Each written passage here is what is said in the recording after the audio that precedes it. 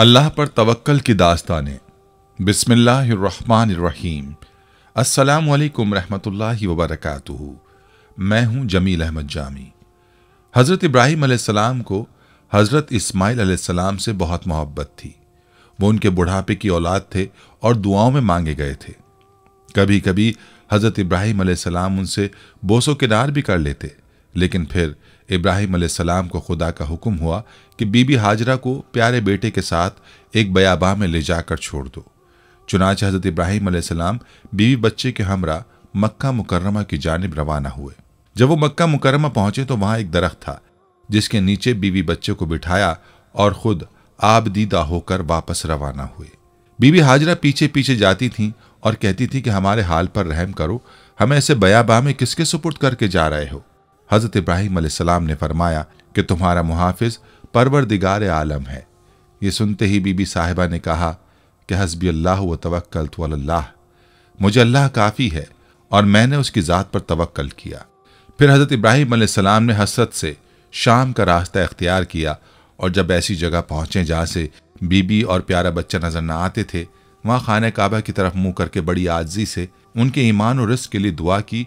और ये उनका तवक्कल था कि अल्लाह ताला ने उनकी सब दुआएं कबूल फरमाई। हज़रत इब्राहीम अलैहिस्सलाम ने अल्लाह पर ऐसा तवक्कल किया और उनकी ज़ौजा ने भी अल्लाह पर भरोसा रखा, जिसके तुफ़ैल एक पूरा शहर वहाँ आबाद हो गया और अहले मक्का पर हर तरह की नेमतें बरस पड़ी। आज हम एक ऐसे मौजू पर बात करेंगे जो हर मुसलमान के लिए बहुत अहम है। ये मौजू है अल्लाह पर भरोसा और अल्लाह पर यकीन। अल्लाह पर भरोसा और अल्लाह पर यकीन एक ऐसी चीज़ है जो हमारी ज़िंदगी को बेहतर बनाने में मदद कर सकती है। यह हमारी ज़िंदगी में खुशी, सुकून और इत्मीनान ला सकती है। यह हमारी ज़िंदगी में मुश्किलात और मसाइब को बर्दाश्त करने की ताकत दे सकती है। लेकिन अल्लाह पर भरोसा और अल्लाह पर यकीन क्या है, ये कैसे करें और इसका क्या फ़वाइद हैं? जब अल्लाह के अंबिया परेशानी में पड़े तो उन्होंने कैसे अल्लाह पर भरोसा रखा, फिर अल्लाह ने कैसे उनकी मदद की। हज़रत यूनुस अलैहिस्सलाम मछली के पेट में थे तो उन्होंने कैसे अल्लाह पर भरोसा रखा। जब हज़रत इब्राहीम अलैहिस्सलाम को आग में डाला जा रहा था तो उन्होंने कैसे अल्लाह पर एतमाद किया। जब मूसा अलैहिस्सलाम समंदर से पार हो रहे थे तो उन्होंने अल्लाह पर कैसे भरोसा रखा। इसी तरह आज की इस वीडियो में हम आपको अंबिया किराम, औलिया अल्लाह और सहाबा किराम के बेहतरीन वाक़यात बताएंगे कि उन्होंने अल्लाह पर कैसे भरोसा रखा और अल्लाह ने कैसे उनकी मदद की। इन सवालात के जवाबात आज हम अपनी आज की इस वीडियो में तफसील से बताएंगे। आपसे गुजारिश है कि वीडियो को आखिर तक ज़रूर देखिएगा।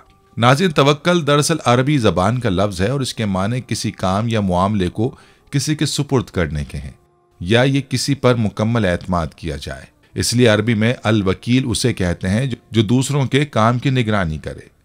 अल्लाह पर तवक्कल यानी भरोसा करना अंबिया किराम अलैहिमुस्सलाम के तरीक़े के साथ अल्लाह ताला का हुक्म भी है। कुरान और हदीस में तवक्कल अल्लाह का बार बार हुक्म दिया गया है। सिर्फ कुरान करीम में 7 मरतबा वालल्लाहि फल्यतवक्किलिल मोमिनून फरमाकर मोमिनों को सिर्फ अल्लाह ताला पर तवक्कल करने की ताकीद की गई है। यानी हुक्म खुदाबंदी है कि अल्लाह पर ईमान लाने वालों को सिर्फ अल्लाह ही की ज़ात पर भरोसा करना चाहिए। जो भी असबाब मुहैया हों उन्हें उस यकीन के साथ इख्तियार करना चाहिए कि करने वाली ज़ात तो सिर्फ और सिर्फ अल्लाह ताला की है। हज़रत अय्यूब अलैहिस्सलाम ने जब अपनी तवील बीमारी के बाद अल्लाह ताला से शिफायाबी के लिए दुआ फरमाई तो अल्लाह ताला ने हज़रत अय्यूब अलैहिस्सलाम को हुक्म दिया कि वो अपने पैर को ज़मीन पर मारें। अब गौर करने की बात है, क्या एक शख्स का ज़मीन पर पैर मारना उसकी 20 साल की बीमारी की शिफायाबी का इलाज है? नहीं।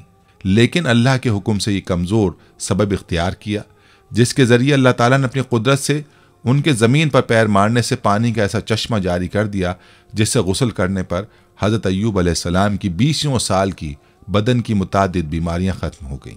नाज़रीन, हज़रत यूनुस अलैहिस्सलाम का जिक्र कुरान करीम की 6 सूरतों में आया है। सूरह निसा, सूरह इनाम, सूरह यूनुस, सूरह साफ़ात, सूरह अल-अंबिया, सूरह अल-क़लम।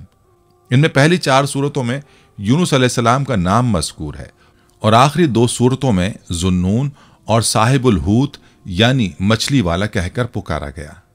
हज़रत यूनुस अलैहिस्सलाम एक अजीम और करीम नबी थे। उनका किस्सा कुरान पाक में एक अनोखा किस्सा है। हज़रत यूनुस अलैहिस्सलाम का ज़माना 784 से 860 क़ब्ल मसीह के दरमियान बताया जाता है। हज़रत यूनुस अलैहिस्सलाम के वालिद का नाम मती था और ये सैयदना इब्राहिम अलैहिस्सलाम की नस्ल से थे, लिहाजा ये इसराइली नबी थे। हज़रत यूनुस अलैहिस्सलाम की उम्र मुबारक 28 साल थी तो अल्लाह ने उन्हें मनसब नबूवत से सरफराज किया। उनको आशूरियों की हिदायत के लिए इराक भेजा। ये काफिर और मुशरिक लोग थे। इस कौम का मरकज़ उस वक्त नैनवा था, जिसके वसी खंडरात आज भी दरिया दजला के मशरक़ी किनारे पर आबाद मौसल शहर के ऐन मुताबिक पाए जाते हैं। हज़रत यूनुस अलैहिस्सलाम ने आशूरियों को वादहू ला शरीक लहू की दावत दी तो उन्होंने हज़रत यूनुस अलैहिस्सलाम को झुटलाया और बुतों की परस्तिश करने से इनकार कर दिया और ऐसे कुफर पर डटे रहे। फिर उन्होंने यूनुस अलैहिस्सलाम पर जुल्म सितम करना शुरू कर दिया। उन्हें धमकियां दी गईं और दावत हक का मजाक उड़ाया। तब यूनुस अलैहिस्सलाम उनकी मुसलसल मुखालफत से मुतासिर होकर कौम से खफा हो गए और उनको 3 दिन में आने वाले दर्दनाक अजाब इलाही की बद्दुआ दे दी। फिर तीसरे दिन आने पर पहले ही आधी रात को बस्ती से निकल गए। दिन के वक्त जब अजाब कौम के शहरों पर पहुंच गया तो उन्होंने हज़रत यूनुस अलैहिस्सलाम को तलाश किया, मगर वो ना मिले। हज़रत यूनुस अलैहिस्सलाम का अपनी कौम से नाराज़ होकर चले जाना हिजरत थी, मगर उन्हें इसका हुक्म नहीं दिया गया था। वो अजाब की इत्तला देने के बाद अल्लाह की इजाज़त के बगैर अपना इलाका छोड़कर चले गए थे। आसार अजाब देखकर जब आशूरियों ने तौबा इस्तग़फ़ार की तो अल्लाह ने उन्हें मुआफ़ फरमा दिया। कुरान मजीद में अल्लाह के दस्तूर के जो उसूल बयान किए गए हैं उनमें से एक ये भी है कि अल्लाह ताला किसी कौम को उस वक्त तक अजाब नहीं देता जब तक वो अपनी हुज्जत पूरी नहीं कर लेता। बस नबी ने उस कौल को मोहलत के आखिरी लम्हे तक नसीहत का सिलसिला जारी ना रखा और अल्लाह के मुकर्रर करदा वक्त से पहले वो खुद हिजरत कर गए तो अल्लाह ताला के इंसाफ ने उस कौम को अजाब देना गवारा ना किया, क्योंकि उन पर हुज्जत तमाम की शराइत पूरी ना हुई। तब उन्हें मुआफ़ फरमा दिया। हज़रत यूनुस अलैहिस्सलाम फ़रात के किनारे पहुंचे तो एक कश्ती को मुसाफिरों से भरा हुआ पाया।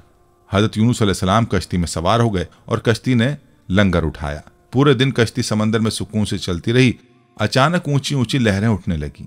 लोगों ने अपने साजो सामान समंदर में फेंक दिया कि कश्ती का बोझ कम हो जाए, लेकिन कश्ती का बोझ फिर भी कम ना हुआ। जब कश्ती डगमगाने लगी तो कश्ती के गर्क होने का यकीन होने लगा। अहले कश्ती ने अपने अकीदे के मुताबिक कहा कि ऐसा मालूम होता है कि कश्ती में कोई गुलाम अपने आका से भागा हुआ है।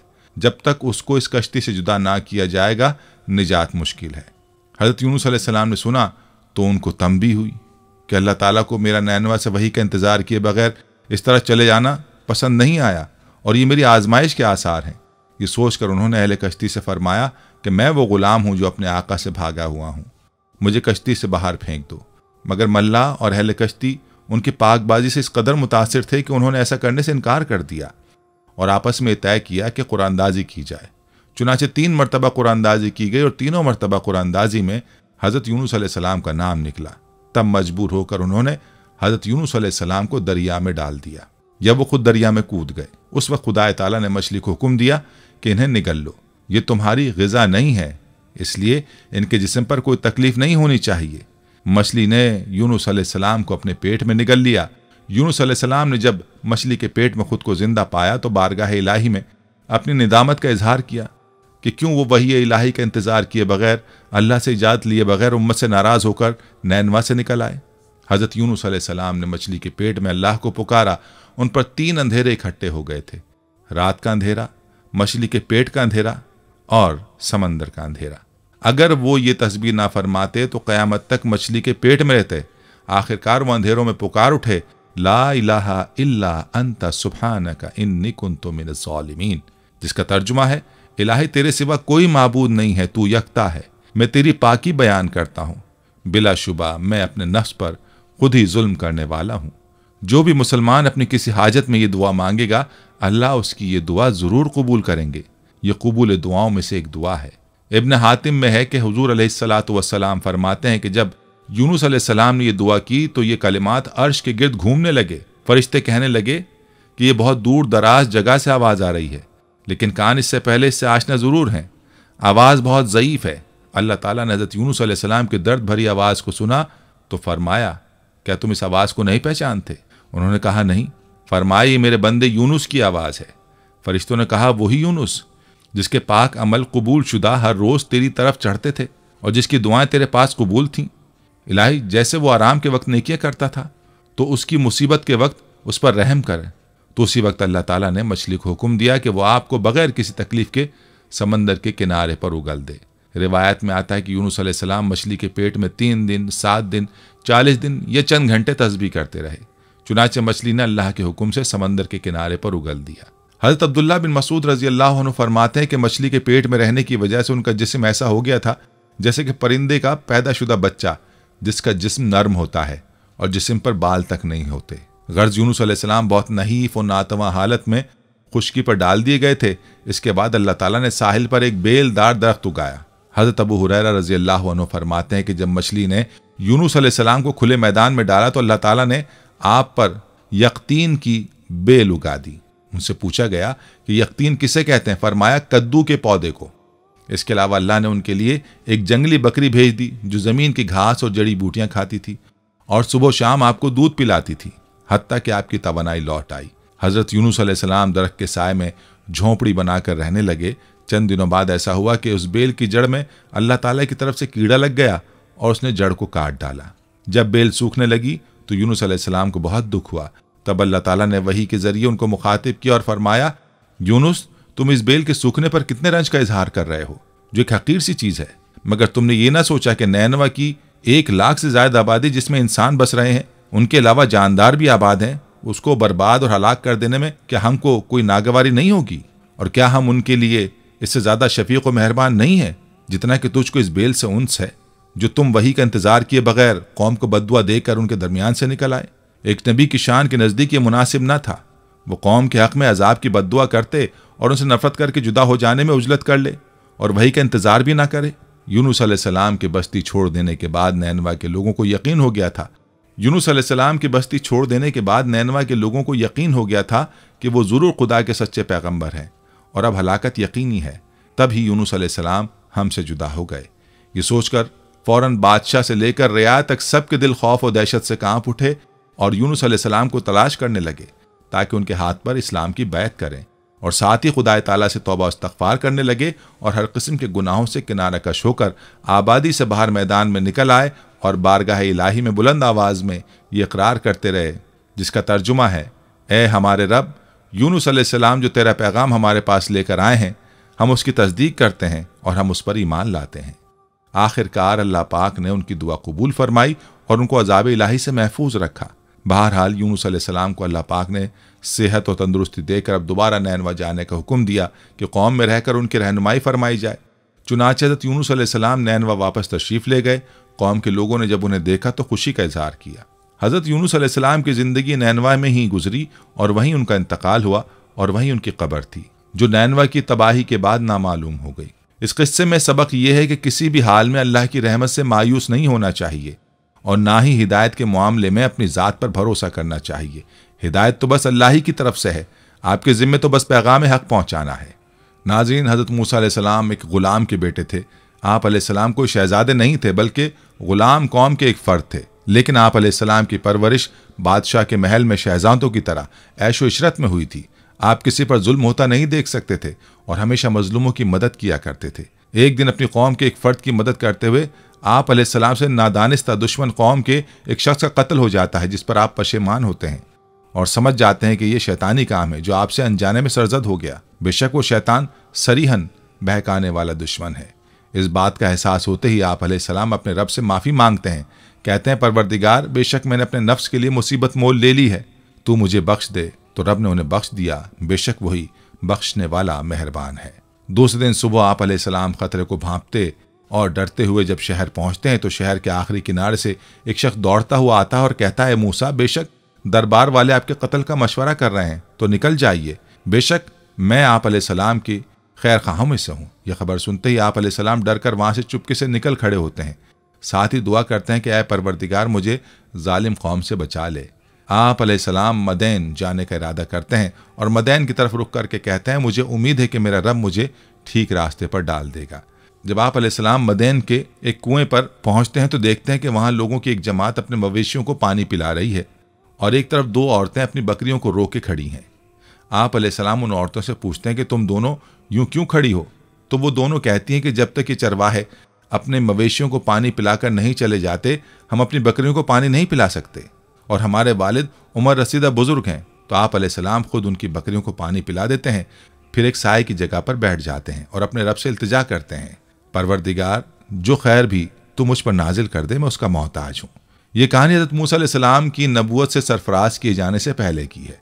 ज़रा अपने तसव्वुर में लाइए कि शाही महल में नाजो नाम से पला बढ़ा एक नौजवान अचानक अपना सब कुछ छोड़कर खाली तन्हा जान बचाकर मिस्र से निकलता है। नामालूम कैसी कैसी मुश्किलात और तकालीफ उठाकर सहराए सीना अबूर करता है। फिर वो कैसे इलाके में पहुंच जाता है जहां उसका ना कोई पुरसान हाल है और ना कोई वाकिफकार है, न सर छुपाने की जगह है, ना ही रोटी रोजी का कोई वसीला है। गोया गुर्बत और मोहताजी और मुफलिसी की इंतहा है। कोई आम इंसान होता तो इन हालात में हिम्मत हार जाता, लेकिन हज़रत मूसा अलैहिस्सलाम ने हर मौके पर अल्लाह से रुजू किया। ना दानिस्ता कत्ल कर दिया, अल्लाह से मुआफ़ी मांगी, मिस्र से जान बचाकर निकलते वक्त दुआ की, ऐ मेरे परवरदिगार मुझे जालिम कौम से बचा ले। मदैन की तरफ रुख किया और रास्ता नामालूम है, कोई संगी साथी भी नहीं। तो फरमाया, मुझे उम्मीद है मेरा रब मुझे ठीक रास्ते पर डाल देगा। और फिर कई दिनों तक थका देने वाला सफ़र तय करके जब मदैन पहुंचते हैं तो अपनी थकावट के बावजूद खिदमत खल्क सर अंजाम देते हैं। कमज़ोरों की मदद करने पर कमर बस्ता हो जाते हैं और दोनों औरतों को बकरियों को बगैर किसी मुआवजे के पानी पिला देते हैं। बकरियों को पानी पिलाने यानी नेकी का काम करने के बाद साय में जाकर आप अलैहिस्सलाम अपनी ज़िंदगी की सबसे बाबरकत दुआ मांगते हैं, परवरदिगार जो खैर भी तू मुझ पर नाजिल कर दे, मैं उसका मोहताज हूँ। हज़रत मूसा अलैहिस्सलाम जैसा मामला अगर हमारे साथ पेश आता तो हम कितने फ्रस्ट्रेशन, डिप्रेशन और जहनी इंतशार का शिकार होते। हमारी कैफियत क्या होती और हम क्या करते। अगर हम ऐसे में अपने रब से मांगते तो क्या मांगते, दुआ करते तो क्या दुआ करते। हम सब खूब जानते हैं कि हम क्या मांगते। हम अल्लाह से रोज़ी रोटी मांगते और सर छुपाने की जगह मांगते। लेकिन हज़रत मूसा अलैहिस्सलाम ना ही फ्रस्ट्रेट हुए, ना ही डिप्रेशन या जहनी इंतशार का शिकार हुए, ना हमारी तरह अपने रब से रोज़ी रोटी का सवाल किया और ना ही सर छुपाने के लिए कोई जाए पनाह मांगी, लेकिन एक ऐसी जामे दुआ की जिसमें सब कुछ अपने रब पर छोड़ दिया, सब कुछ अपने रब से मांग लिया। फरमाया, परवरदिगार जो खैर भी तू मुझ पर नाजिल कर दे, मैं उसका मोहताज हूँ। हज़रत मूसा अलैहिस्सलाम ने इस दुआ के ज़रिए अल्लाह ताला से हमें यह भी बता दिया कि खैर व बरकत आसमान से नाजिल होती है, उसका नाजिल करने वाला आसमान से ऊपर अपने अर्श पर मुस्तवी है। हज़रत मूसा अलैहिस्सलाम की ये दुआ इतनी बाबरकत साबित हुई कि एक तही दस्त मुसाफिर जिन्हें इस शहर में कोई जानने वाला भी नहीं था, वहाँ उन्हें फ़ौरन ही सब कुछ मिल गया। मसलन मुलाजमत, सर छुपाने की बेहतरीन जगह, दीनदार ख़ानदान, नेक बीवी और रूहानियत की तकमील के लिए एक जलील क़द्र हस्ती की सोहबत। और बाद में इस दुआ की बरकत से आप अलैहिस्सलाम नबुव्वत से भी नवाजे गए। ये होती है बरकत जो अल्लाह ताला पर तवक्कल करने से मिलती है। ये होती है बरकत जो दुआ करने से मिल सकती है। नेज़ तवक्कल करने वालों के बारे में फरमाने इलाही है जिसका तर्जुमा है, और अल्लाह उसे ऐसी जगह से रिज़्क़ अता फरमाता है जहाँ से उसका गुमान भी नहीं होता। और जो शख्स अल्लाह पर तवक्कल करता है तो वो अल्लाह उसे काफ़ी है। बेशक अल्लाह अपना काम पूरा करने वाला है। बेशक अल्लाह ने हर शय के लिए अंदाज़ा मुकर्रर फरमा रखा है। सूरह तलाक़। हज़रत मूसा अलैहिस्सलाम ने अल्लाह पर तवक्कल किया तो अल्लाह ताला ने भी उन्हें ऐसी जगह से वो सब कुछ अता कर दे जिसका गुमान इंसानी जहन किसी तरह कर ही नहीं सकता। आज भी जो शख्स अल्लाह पर तवक्कल और भरोसा करेगा तो अल्लाह ताला उसके हर जायज़ काम के लिए काफ़ी होगा। हज़रत उमर बिन ख़त्ताब रज़ी अल्लाह अन्हु कहते हैं कि रसूलुल्लाह सल्लल्लाहु अलैहि वसल्लम ने फरमाया, अगर तुम लोग अल्लाह पर तवक्कल भरोसा करो जैसा कि उस पर तवक्कल यानी भरोसा करने का हक़ है, तो तुम्हें उसी तरह रिस्क मिलेगा जैसा कि परिंदों को मिलता है कि सुबह को वो भूखे निकलते हैं और शाम को आसूदा वापस आते हैं। नाज़रीन, कुरान करीम ने जिस वाक़े को अहसनुल क़सस करार दिया है वो हज़रत यूसुफ़ अलैहिस्सलाम का वाक़या है जो अपने अंदर बहुत से सबक लिए हुए है। हज़रत यूसुफ़ अलैहिस्सलाम हज़रत इब्राहीम अलैहिस्सलाम के पड़ पोते, हज़रत इसहाक़ अलैहिस्सलाम के पोते और जनाब याकूब अलैहिस्सलाम के लख्ते जिगर थे। आपने बचपन में ख्वाब देखा कि आपको 11 सितारे, सूरज और चांद सजदा कर रहे हैं। आप अलैहिस्सलाम ने अपने वालिद गिरामी से इस ख्वाब को बयान किया। हज़रत याकूब अलैहिस्सलाम ने जनाब यूसुफ़ अलैहिस्सलाम को इस बात की नसीहत की कि आप अलैहिस्सलाम ने अपने इस ख्वाब को अपने भाइयों के सामने बयान नहीं करना। अल्लाह तबारक व तआला आप अलैहिस्सलाम पर और आले याकूब पर आपके आबा व अजदाद की तरह नेमत को पूरा करेगा। दूसरी तरफ हज़रत यूसुफ़ अलैहिस्सलाम के सौतेले बिरादरान हज़रत याकूब अलैहिस्सलाम की मोहब्बत के हुसूल के लिए हज़रत यूसुफ़ अलैहिस्सलाम को बाबा की आंखों से दूर करने की तदबीरें कर रहे हैं ताकि हज़रत याकूब अलैहिस्सलाम की मोहब्बतों को हासिल कर लिया जाए। उन्होंने हज़रत याकूब अलैहिस्सलाम के सामने एक प्लान के तहत इस बात का इजहार किया कि आप अलैहिस्सलाम हज़रत यूसुफ़ अलैहिस्सलाम के मामले में हम पर भरोसा क्यों नहीं करते। आप इनको हमारे साथ रवाना करें ताकि वो हमारे साथ खेलें और खाएं पिएं। हज़रत याकूब अलैहिस्सलाम ने इस खदशे का इजहार किया कि कहीं तुम हज़रत यूसुफ अलैहिस्सलाम से गाफिल ना हो जाओ और उन्हें कोई भेड़िया खा जाए। उन्होंने हज़रत याकूब अलैहिस्सलाम को मुतमईन किया और हज़रत यूसुफ अलैहिस्सलाम को अपने साथ ले गए और उनको गहरे कुएं में उतार दिया। बाबा याकूब के पास आकर कहा कि आपका खदशा दुरुस्त साबित हुआ और यूसुफ अलैहिस्सलाम को एक भेड़िया खा गया। हज़रत याकूब अलैहिस्सलाम ने इस बात पर सब्र किया और खामोश हो गए। हज़रत यूसुफ अलैहिस्सलाम जिस कुएं में मौजूद थे तो उसके पास से मिस्र को जाने वाला एक काफिला गुजरा। उन्होंने पानी के हुसूल के लिए डोल को डाला तो हज़रत यूसुफ अलैहिस्सलाम डोल के जरिए बाहर आ गए। उन्होंने हज़रत यूसुफ अलैहिस्सलाम को अपने हमरा लिया और उनको गिनती के चंद दरहमों के एवज मिस्र के एक बड़े घराने यानी अजीज़ मिस्र के हाथों फरोख्त कर दिया। हज़रत यूसुफ अलैहिस्सलाम वहाँ परवरिश पाते रहे और अपनी ज़िंदगी के माहो साल तय करते रहे। जब आप अलैहिस्सलाम जवान हुए तो अजीज़ मिस्र की बीवी आपके हुस्न पर फरेफ्ता हो गई और उसने आप अलैहिस्सलाम को बुराई की दावत दी, जिसको हज़रत यूसुफ अलैहिस्सलाम ने ठुकरा दिया। अजीज़ मिस्र की बीवी ने हज़रत यूसुफ अलैहिस्सलाम का ताक़ुब करने की कोशिश की। इसी असना में अजीज़ मिस्र अपने महल में दाखिल हो रहा था। जब उसने सारे मंजर को देखा तो उसको बड़ी तशवीश हुई, लेकिन इस मौके पर उसकी बीवी ने अपने रवैये को बदलकर हज़रत यूसुफ अलैहिस्सलाम पर इल्ज़ाम लगा दिया। हज़रत यूसुफ अलैहिस्सलाम की बेगुनाही को साबित करने के लिए अल्लाह तबारक व तआला ने महल के एक बच्चे को क़ुव्वत गुयाई अता फरमा दी, जिसने ये बात कही कि हज़रत यूसुफ अलैहिस्सलाम की कमीज़ अगर आगे से फटी हुई है तो अजीज़ मिस्र की बीवी का इल्ज़ाम सच्चा है, अगर कमीज़ पीछे से फटी हुई है तो इल्ज़ाम झूठा है। हज़रत यूसुफ अलैहिस्सलाम की कमीज़ को देखा तो वो पीछे से फटी हुई थी। चुनांचे ये बात साबित हो गई कि हज़रत यूसुफ अलैहिस्सलाम पाक दामन है। इस वाक़े की इत्तला जब मिस्र में फैली तो तबका अशराफिया से ताल्लुक़ रखने वाली औरतों ने अजीज़ की बीवी के किरदार पर तशवीश का इजहार किया कि वो किस तरह अपने ही पाले हुए जवान पर फरेफ्ता हो गईं। जब अजीज़ मिस्र की बीवी ने उनकी बातों को सुना तो उसने उन औरतों को अपने घर मदऊ किया और उनके लिए मसनद को तैयार किया और उनके हाथों में फलों और छुरी को थमा दिया। उन औरतों ने अपने हाथों को काट लिया। यूसुफ अलैहिस्सलाम ने सारे मंजर को देखकर अल्लाह ताला से दुआ की कि मुझे इन औरतों के मकर से निजात दिलाकर जेल खाने पहुंचा दे। अल्लाह ताला ने आपकी दुआ कबूल फरमाकर आपसे उनके मकर को रफा कर दिया। जब आप अलैहिस्सलाम जेल खाने में दाखिल हुए तो आप अलैहिस्सलाम की 2 कैदियों से मुलाकात हुई जिन्होंने अपने ख्वाबों को आपके सामने रखा। हज़रत यूसुफ अलैहिस्सलाम ने उनके ख्वाबों को सुनकर उन्हें ये बात बतलाई कि तुम में से एक शख्स सूली पर चढ़ जाएगा और एक बादशाह का साकी बन जाएगा। साकी बनने वाले कैदी से आपने कहा कि बादशाह वक्त से मेरी बाबत जिक्र करना। कैदी आज़ाद होने के बाद बादशाह वक्त का साकी बन गया, लेकिन वो बादशाह वक्त के सामने हज़रत यूसुफ अलैहिस्सलाम का जिक्र करना भूल गया। कई बरस गुजरने के बाद बादशाह मिस्र को ख्वाब आया कि 7 कमज़ोर गायें 7 मोटी ताज़ी गायों को खा रही हैं, जबकि बाकी खुश्क बालियां हैं। बादशाह वक्त के साकी को फिलफौर हज़रत यूसुफ अलैहिस्सलाम की याद आई। वो यूसुफ अलैहिस्सलाम के पास पहुंचा तो उन्होंने ये बात कही कि 7 साल खुशहाली के बाद 7 साल आलमगीर कहत पूरी दुनिया को अपनी लपेट में ले लेगा। खुशहाली के सालों में अगर गल्ले की तदवीन कर ली जाए तो उससे लोगों की ग़िज़ाई ज़रूरियात पूरी हो जाएंगी और कहत साली के असरात से बच जाएंगे। हज़रत यूसुफ अलैहिस्सलाम की ताबीर को सुनने के बाद बादशाह मिस्र ने हज़रत यूसुफ अलैहिस्सलाम को अपने करीब कर लिया। इस मौके पर हज़रत यूसुफ अलैहिस्सलाम ने वज़ीर ख़जाना की जिम्मेदारियों को इख्तियार कर लिया। बाद अज़ां आप अजीज़ मिस्र बन गए और मिस्र के इंतज़ामी उमूर आप अलैहिस्सलाम के हाथ में आ गए। जब खुशहाली के सालों के बाद आलमगीर कहत ने पूरी दुनिया को अपनी लपेट में ले लिया तो जहाँ पर दुनिया के दीगर मकामात के लोग इसके ज़ेर असर आए, वहीं पर हज़रत यूसुफ अलैहिस्सलाम के भाई भी इस कहत के असरात की जद में आए। तो जब उन्हें इस बात की इत्तला मिली कि मिस्र से गल्ला मिल सकता है तो वो भी आप अलैहिस्सलाम से गल्ले के हुसूल के लिए पहुँच गए। हज़रत यूसुफ अलैहिस्सलाम के सौतेले भाई उनके पास आए तो उन्होंने उनको पहचान लिया। उनको बातों बातों में उनके ख़ानदान के बारे में मालूमात ली और ये बात कही कि अगली मर्तबा जब तुम आओ तो अपने छोटे भाई को भी लेकर आना। जब हज़रत यूसुफ अलैहिस्सलाम के भाई जाने लगे तो उनकी पूंजी को भी उनके सामने डाल दिया गया। जब वो वापस पहुंचे तो उन्होंने जनाब याकूब अलैहिस्सलाम के सामने अजीज़ मिस्र की ख्वाहिश पर भाई बिन्यामीन को साथ चलने के लिए कहा।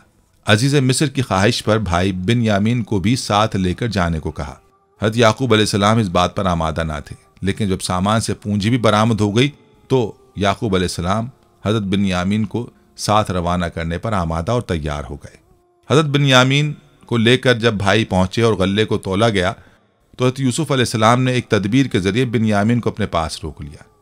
हज़रत बिन्यामीन की बाजियाबी के लिए भाइयों ने इल्तिजाएं की, लेकिन हज़रत यूसुफ अलैहिस्सलाम हज़रत बिन्यामीन को साथ रवाना करने पर आमादा ना हुए। जब काफिले वाले हज़रत याकूब अलैहिस्सलाम के पास पहुंचे और उनको इस बात की इत्तला दी गई कि आपके बेटे बिन्यामीन को चोरी के जुर्म में गिरफ्तार कर लिया गया तो हज़रत याकूब अलैहिस्सलाम इस बात पर इंतहाई दिल गिरफ्तार हुए और आपकी बीनाई भी आपके आंसुओं के साथ गुल हो गई। हज़रत याकूब अलैहिस्सलाम ने ऐसे आलम में अपने बेटों को इस बात की नसीहत की कि जाओ, जाकर बिन्यामीन और यूसुफ को तलाश करो और अल्लाह की रहमत से नाउमीद ना होना। अब की मर्तबा जब बाज भाई गए तो इस मर्तबा खरीदारी के लिए उनके पास जमा पूंजी मौजूद ना थी। उन्होंने बड़ी दिल गिरफ्तगी से अजीज मिस्र के सामने इस बात का इजहार किया कि आपसे हम सदका लेने आए हैं, आप हमें सदका दे दें। हज़रत यूसुफ अलैहिस्सलाम ने अपने भाइयों के लबों से जब अल्फाज सुने तो आप अलैहिस्सलाम ने कहा, मैं ही यूसुफ हूँ और ये मेरा भाई है, अल्लाह ने हम पर करम किया। उस वक्त हज़रत यूसुफ अलैहिस्सलाम ने उनको भी मुआफ़ कर दिया और आप अलैहिस्सलाम ने अपनी कमीज़ को उतारा और फरमाया कि इसको हज़रत याकूब अलैहिस्सलाम के चेहरे पर डाल दिया जाए तो उनकी बीनाई वापस आ जाएगी। हज़रत याकूब अलैहिस्सलाम अपने घर में मौजूद थे।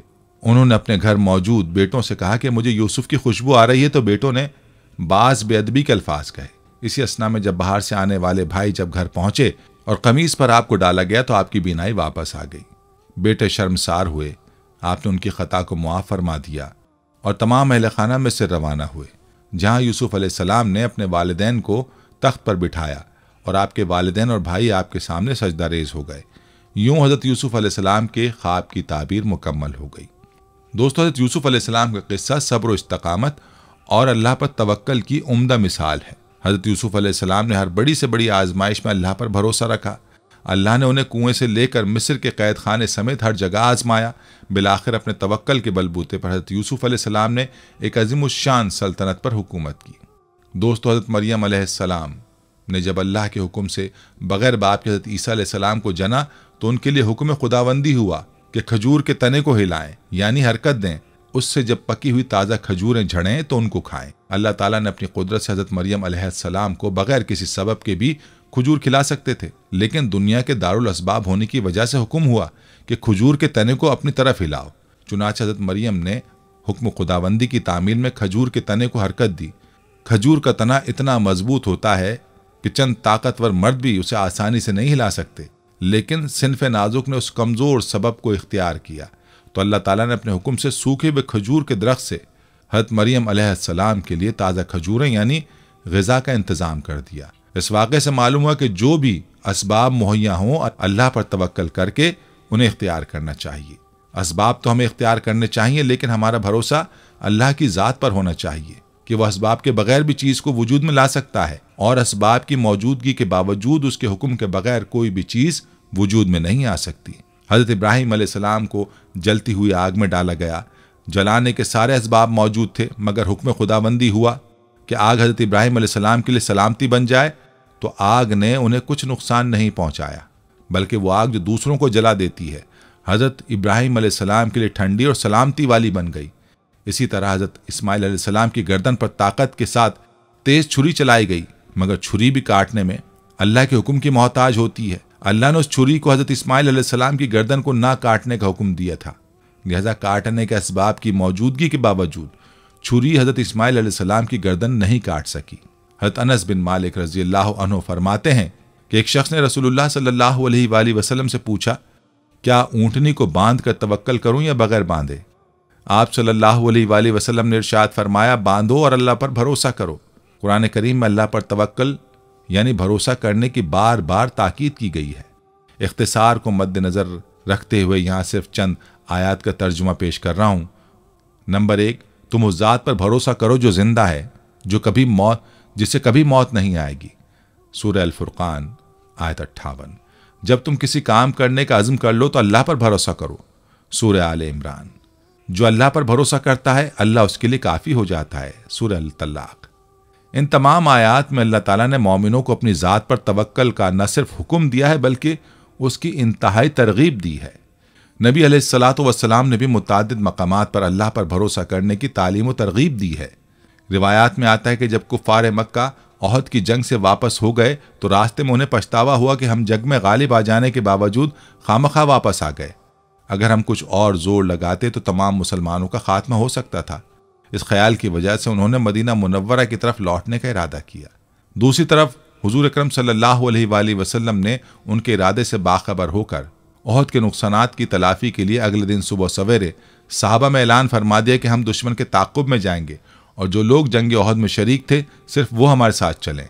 साहबा किराम जख्मी और थके हुए थे, लेकिन उन्होंने आप सल्लल्लाहु अलैहि वसल्लम के फरमान पर लब्बैक कहा।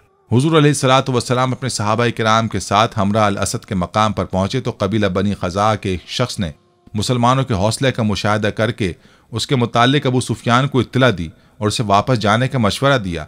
इससे कुफ्फार पर रोब तारी हुआ और वापस मक्का लौट गए। मगर अबू सुफियान ने एक शख्स के जरिए मुसलमानों पर हमला आवर होने वाला है, इस पर साहबा किराम बजाय डरने के बेसाख्ता बोल उठे, हमने अल्लाह पर भरोसा किया और वो बेहतरीन कारसाज है। सही बुखारी मुस्लिम शरीफ में है कि हज़रत इब्न अब्बास रज़ियल्लाहु ताला अन्हु की रिवायत है कि रसूल खुदा सल्लल्लाहु अलैहि वसल्लम ने फरमाया, मेरी उम्मत में से 70,000 आदमी बिला हिसाब जन्नत में दाखिल होंगे। उनके औसाफ में से एक ये भी है कि वो अल्लाह पर तवक्कुल करने वाले होंगे। बस आदमी जायज़ असबाब इख्तियार करे, लेकिन भरोसा सिर्फ अल्लाह की ज़ात पर रखे, शरीयत पर अमल पैरा रहे, अल्लाह के अजाब और नाराज़गी से डरता रहे, अल्लाह की रहमत से मुआफ़ी की उम्मीद रखे। और इसी तरह हमें चाहिए कि हम भी कोई काम करने का इरादा करें तो पहले हर मुमकिन असबाब इख्तियार करें और नतीजा अपने अल्लाह पर छोड़ दें। यकीनन बेहतरी के नताइज सामने आ जाएंगे। इसके साथ साथ दुआ में तवक्कुल बहुत ज़रूरी है, क्योंकि इसका मतलब यकीन, इन्हिसार है कि हमें अल्लाह पर भरोसा करना चाहिए, क्योंकि उसकी इजाज़त के बगैर कुछ नहीं हो सकता। तवक्कुल बुनियादी तौर पर अल्लाह पर भरोसा और एतमाद है, जो उन नताइज को कबूल करता है जिनका फ़ैसला वही करता है, चाहे वो कैसे भी निकलें। दुआ की कबूलियत का इन्हिसार आपके यकीन पर है, जैसे कि अल्लाह ताला कुरान मजीद में फरमाता है, जब मेरे बंदे तुमसे मेरे बारे में पूछें तो उनसे कहो मैं उनके करीब हूँ, मैं हर पुकारने वाले की दुआ सुनता हूँ जब वो मुझे पुकारता है। नाज़रीन, आम जिंदगी में भी तवक्कुल की बेशुमार मिसालें मौजूद हैं। एक औरत कहती कि मेरा खाविंद किसी वजह से लंबी मुद्दत के लिए गायब हो गया। उस वक्त मैं कम उम्र बच्ची की माँ थी, जब मेरा ज़ईफ़ुल उम्र बाप भी हमारे साथ ही रहता था। हमारी गुर्बत और मुफलिसी अपनी इंतहा को थी और अक्सर औकात हमारे घर में खाने के लिए कुछ ना होता था। अगर दोपहर को कुछ खा लेते तो रात को भूखा सोना पड़ता। सब्र के साथ हम हर हाल में अल्लाह का शुक्र अदा करते थे। एक रात को तो भूख और अफलास ने हमारा वो इम्तहान लिया जो इससे पहले कभी नहीं लिया था। मेरी बेटी को शदीद बुखार ने आ लिया। बच्ची के बुखार और भूख से बनी हालत से मुझे अपने और अपने वालिद की भूख भूल गई। ऐसी बेकसी और लाचारी तो कभी नहीं देखी थी। बेकरारी हद से बढ़ी तो मुझे अल्लाह तबारक व तआला का वो कौल याद आ गया, जिसका तर्जुमा है, भला कौन बेकरार की इल्तिजा कबूल करता है जब वो उसकी दुआ करता है, और कौन उसकी तकलीफ दूर करता है। जी हाँ, हर किस्म की तकलीफ, चाहे वो भूख की हो या बीमारी की या गुर्बत और अफलास और गुनाहों की, कौन है उस ज़ात पाक के सिवा जो इन सब तकलीफ़ों को दूर कर सकता है। ये सब सोचकर मैं उठी और जाकर वज़ू किया। वापस आकर बच्ची के माथे पर पानी से भीगी हुई पट्टी रखी। अल्लाह के हुजूर नमाज की अदायगी के लिए खड़ी हो गई। मुख्तसर सी नमाज पढ़ने के बाद हाथ उठाकर बच्ची के लिए दुआ की, उसके माथे से पट्टी उतार कर दोबारा पानी से भिगोकर रखी और एक बार फिर नमाज के लिए खड़ी हो गई। नमाज के बाद एक बार फिर बारगाह इलाही में दुआ के लिए हाथ उठा लिए, दुआ से फरागत पर पानी की पट्टी तब्दील की और दोबारा नमाज के लिए खड़ी हो गई। ये अमल मैंने कई बार किया। जब मैं ये सब कुछ बार बार दोहरा रही थी तो किसी ने दरवाज़ा खटखटाया। इस हैरत के साथ, भला रात के इस पहर कौन हो सकता है? मेरे वालिद ने पूछा, कौन? और जवाब आया, मैं डॉक्टर हूँ।